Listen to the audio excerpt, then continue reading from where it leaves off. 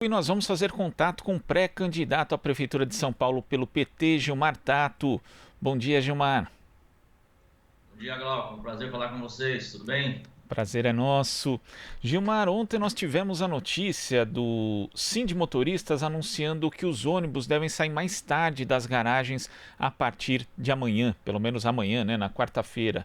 Isso porque houve aí uma decisão de redução de frota, que segundo a entidade é de 25% na cidade de São Paulo, trazendo aí dois temores para a categoria, tanto a questão do contágio com a Covid-19, como também a perspectiva de demissão. Como é que você viu essa decisão de redução de frota, Gilmar? É um absurdo. Falta liderança política aqui no estado de São Paulo e na capital. Você vê que não tem coordenação, não tem planejamento, é um bate-cabeça entre o governador e o prefeito. Mesmo em relação ao próprio combate à pandemia na área de saúde, os profissionais têm reclamado e denunciado que faltam equipamentos daqueles individuais. E agora, essa decisão da redução da frota. Na verdade, a frota já estava reduzida com 92%. Então, ao mesmo tempo que o governador Dória e o prefeito abrem o comércio de rua, os shoppings, agora estão anunciando abrir mais ainda outras atividades econômicas, eles reduziram a frota. E agora, quase 1.000 ônibus, de novo, anunciando a redução de menos 1.000 ônibus no sistema de transportes. Por isso que os profissionais da área dos rodoviários estão tomando essa decisão. O que tem por trás disso? A impressão que dá, Glauco, que o governador não está ouvindo a ciência e o prefeito está indo no embalo, porque as autoridades sanitárias têm colocado que ainda é cedo para tomar medidas de abertura do comércio.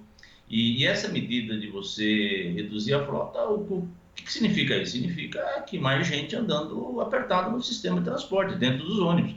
Então, não tem sentido nenhum. Não estão ouvindo a ciência, é perigoso. Chega o que o Bolsonaro está fazendo. O Dória, a impressão que dá é que o Dória está usando os mesmos mecanismos do Bolsonaro, tá certo? De pressão da questão econômica. Agora não é o momento de pensar na economia, não, gente. Agora é o momento de pensar nas vidas das pessoas que estão morrendo. Agora é o momento de criar uma renda básica para que as pessoas tenham que comer dentro de casa. E isso não está acontecendo. Não tem sensibilidade aqui no estado de São Paulo, na capital. Isso não pode, é um absurdo. Nós temos que denunciar todos os dias, entendeu? A gente fala muito do Bolsonaro, que é verdade, mas aqui o governador está tendo o mesmo comportamento e a prefeitura de São Paulo está muito frágil no sentido de peitar o governador, tá certo? E vamos lembrar que o Dória mentiu. Ele mentiu, ele falou que ia ficar na prefeitura os 4 anos e foi embora. Então, por isso que faz com que eu coloque em dúvida dessas decisões dele, se realmente ele está ouvindo as autoridades sanitárias. Me parece que não, e essa é mais uma medida que o prefeito vai de embalo e ajuda nessa política de contaminação das pessoas aqui na cidade de São Paulo. E de fato já houve redução da frota dos ônibus aqui na capital paulista. Inclusive um estudo da Rede de Pesquisa Solidária mostrou que a lotação, na verdade, aumentou principalmente nas áreas de periferia, né? Existe ali, por exemplo, na Zona Leste, houve uma redução no número de ônibus que é proporcionalmente maior do que a redução no número de passageiros, ou seja, de fato, houve mais ônibus lotados com mais possibilidade de contágio, principalmente para as pessoas que moram na periferia de São Paulo. Por isso que esse tipo de iniciativa tem que ser analisada de acordo aí com os parâmetros da saúde pública, Tato. Exatamente, e é na periferia que você tem o maior contágio e o maior número de mortes, pelo fato de, na periferia, que está a maior quantidade de pessoas pobres, na extrema pobreza. E na Zona Leste, em particular, é o maior índice. Tanto é que tem uma luta muito grande, muito forte, de você abrir leitos na Zona Leste, no sentido de garantir para que a população, se precisar, tenha acesso a esses leitos, a essas UTIs. Então, é uma operação coordenada entre a Prefeitura e o Estado, porque eles têm cortado linhas tanto na cidade de São Paulo, diminuído o número de ônibus, tem alterado linhas quando não cortando linhas, e também na MTU. tem vários prefeitos da região metropolitana reclamando, a população reclamando, de corte de linhas da MTU. Então, qual que é a lógica, Glauco? Na medida que você diminui o número de passageiros, cai a arrecadação, cai a receita do sistema. Então, ao invés do Estado, a Prefeitura, suprir isso para manter a quantidade de ônibus, mesmo diminuindo o número de passageiros, em função da pandemia, eles cortam os ônibus, a quantidade de ônibus. E aí tem a lotação, a superlotação. E aqui na cidade de São Paulo, você pode dizer, não, mas a prefeitura não tem dinheiro. Não é verdade. Teve a negociação de vários pagamentos que a prefeitura deixou de pagar para o governo federal agora. A prefeitura tem 18 bilhões em caixa. 18 bilhões em caixa. E foi aprovado na Câmara Municipal de São Paulo a flexibilização do ponto de vista de você fazer o remanejamento para combater a pandemia. Então, você pode gastar dinheiros como do Fundurb, de outras áreas, por exemplo, para combater a pandemia. É importante investir na área da saúde. Então, não é um problema, o Glauco, e é importante que os ouvintes saibam disso, que é por falta de caixa. Não é? Eles não gastaram 30% daquilo que foi autorizado. Então, tem dinheiro. Isso acontece com o governo federal também, tá certo?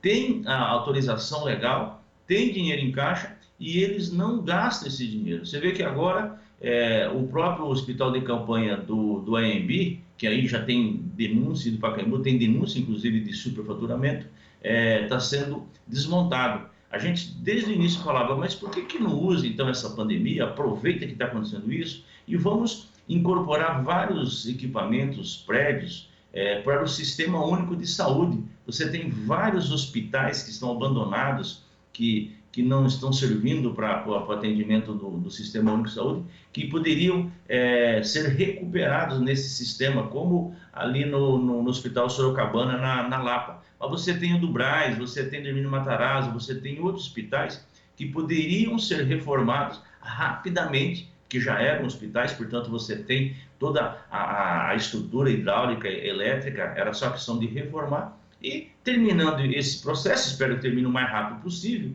você tinha um equipamento que ficava na rede SUS. Não, gasta milhões no hospital de campanha, tá certo? Agora está desmontando o hospital de campanha e esse dinheiro foi jogado fora. Então, desperdício de dinheiro, falta de sensibilidade política, falta de planejamento, falta de liderança e colocando em risco a saúde da população e a vida da população. Não é nem saúde, é a vida da população.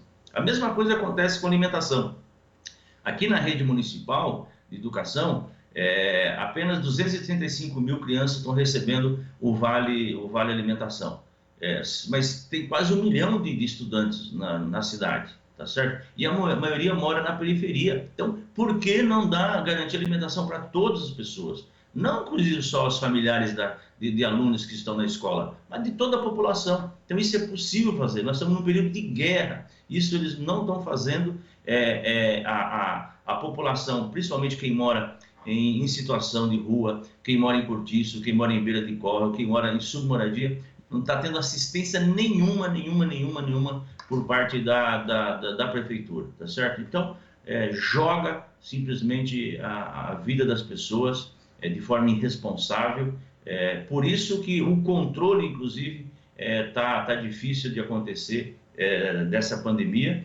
Nós temos denunciado isso, a bancada do PT na Câmara Municipal tem denunciado isso. Você vê que agora, recentemente, mesmo em relação à educação, eles estão comprando vagas nas escolas privadas, quer dizer, é um processo de privatização também agora na área de creches. Então, anuncia a volta às aulas dia 8 de setembro, de novo, colocando em dúvida se está ouvindo a ciência.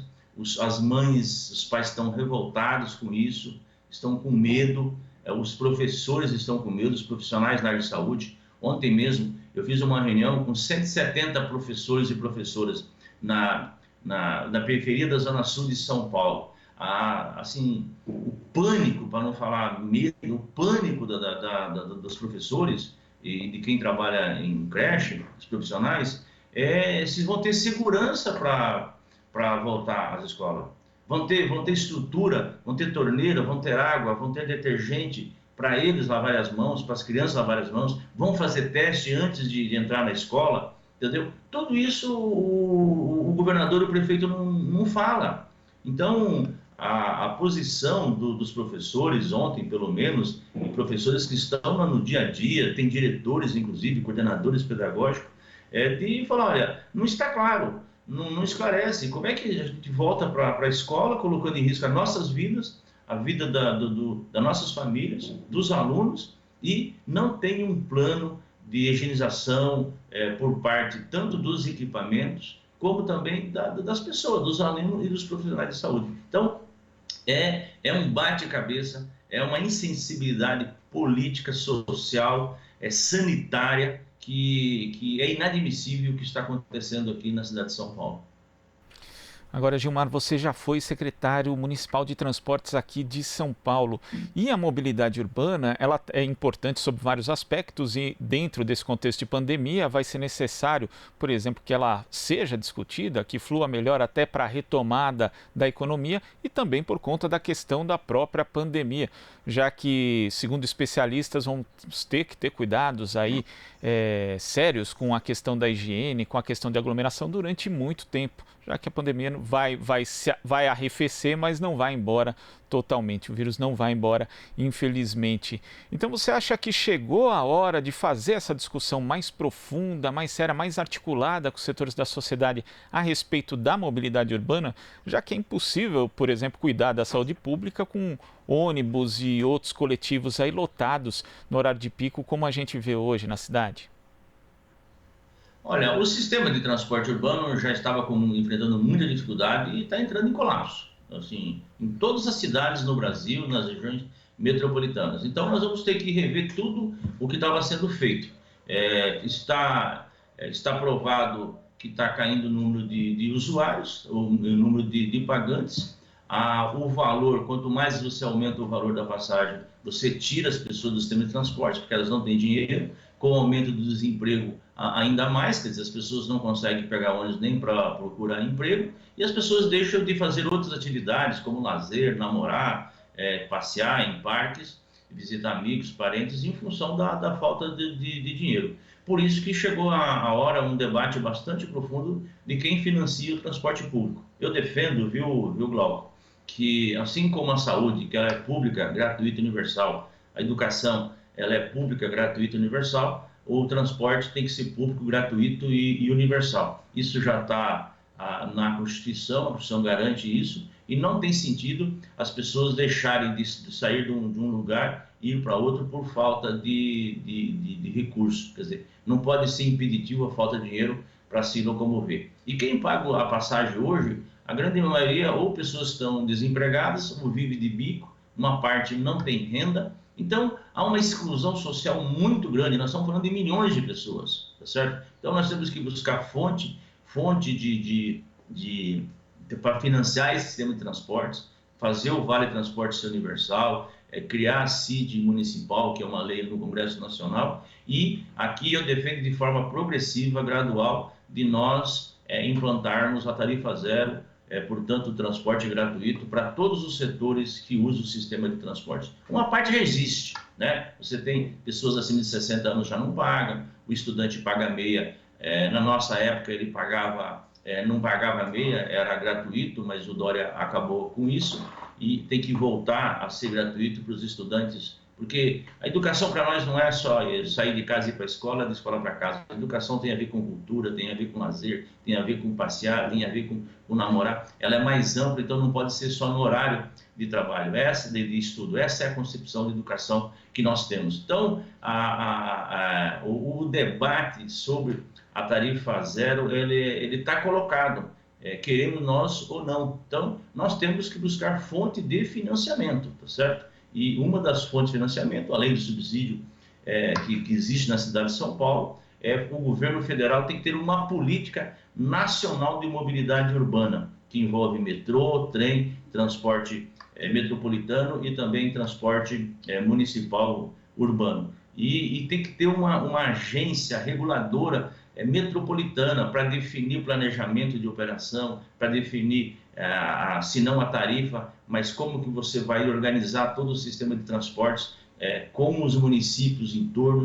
Tudo isso eu espero que, após esse processo, essa tragédia que está acontecendo no mundo, São Paulo e o Brasil rediscuta toda a política de mobilidade e que faça com que as pessoas realmente possam usar o sistema de transporte coletivo com mais segurança, com mais qualidade. E que as pessoas usem mais também esse transporte ativo, como a bicicleta, que é o que está acontecendo em várias cidades do mundo. Quer dizer, está tendo política de financiamento de bicicleta, política de financiamento e construção de ciclovias, política de financiamento de conserto de bicicletas, que é também um transporte seguro, além de que não polui, além de que faz bem para a saúde. Então, a política de você sair do sistema coletivo de transporte e ir para o sistema individual de transporte motorizado, ela é um fracasso, é um atraso para as cidades, certo? Porque não tem espaço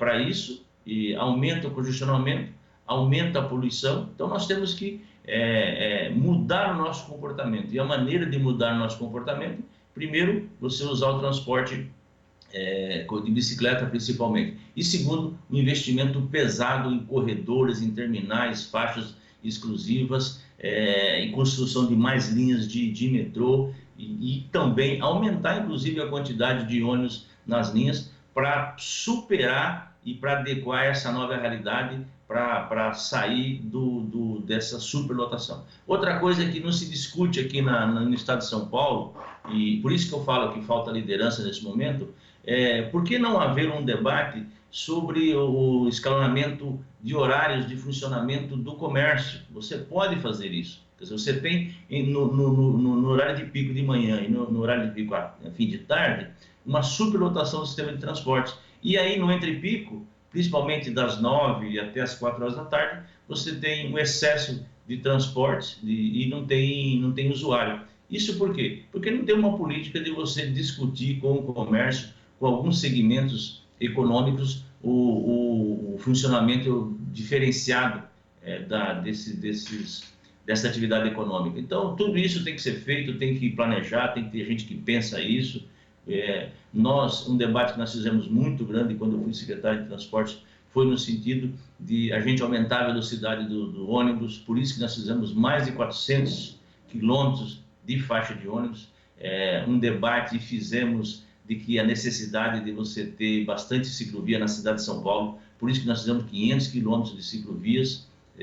Imagina se não fosse agora essas ciclovias, com essa quantidade de principalmente jovens trabalhando nos aplicativos, né, andando de bicicleta, entregando mercadorias, principalmente alimentos, ia ser uma carnificina na cidade de São Paulo, se essas bicicletas estivessem junto com os carros, certo? Imagina se nós não tivéssemos reduzido a velocidade, de novo, ia aumentar muito o número de acidentes e mortes desse setor. Então, são políticas visionárias, de gente que olha a cidade com planejamento, olha a cidade numa perspectiva de que a cidade precisa mudar o seu comportamento, as pessoas precisam mudar a sua maneira de consumir, a sua forma de pensar a cidade, precisa cuidar da questão ecológica, a questão ambiental, a cidade precisa estar mais permeável, a cidade precisa ter mais parque, ter mais praça. Nós não podemos privatizar, entendeu? A privatização significa você restringir o acesso a esses equipamentos públicos.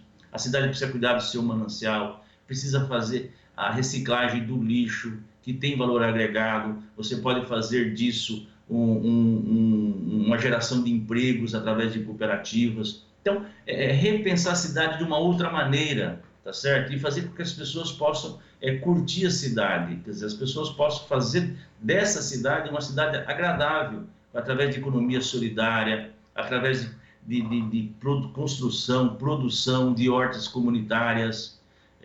Você ter uma política quando esse dinheiro que as pessoas vão economizar não pagando a passagem de ônibus e mesmo tendo uma renda básica para suprir essa necessidade alimentar, fazer com que esse dinheiro seja gasto no bairro, no pequeno comerciante, no micro, para que ele possa sobreviver, porque ele que gera emprego.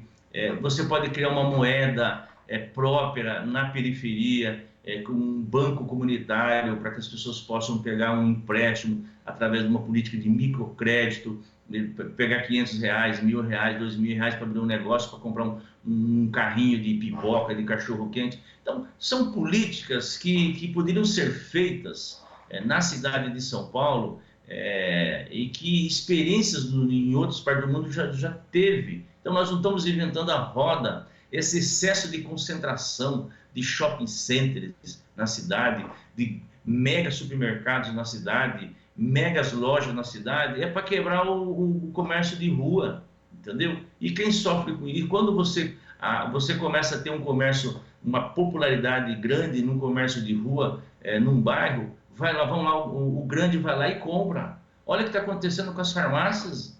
Acabaram com as farmácias assim, individuais da cidade de São Paulo. Então, são conglomerados que essa concentração aqui nós temos que acabar. Não é possível que nós vamos continuar com esse padrão de concentração econômica, colocando no desespero, no desemprego, milhões de pessoas. Então, e eu acho que o prefeito ele tem que coordenar isso, ele tem que fazer um debate sincero junto aos empresários da cidade, junto a todas as comunidades, todos os setores envolvidos, para garantir o mínimo de emprego e renda para que as pessoas tenham um mínimo de dignidade nessa cidade. Começa por São Paulo, E aí nós vamos fazer esse debate depois no Estado, no Brasil, mas São Paulo poderia liderar esse processo.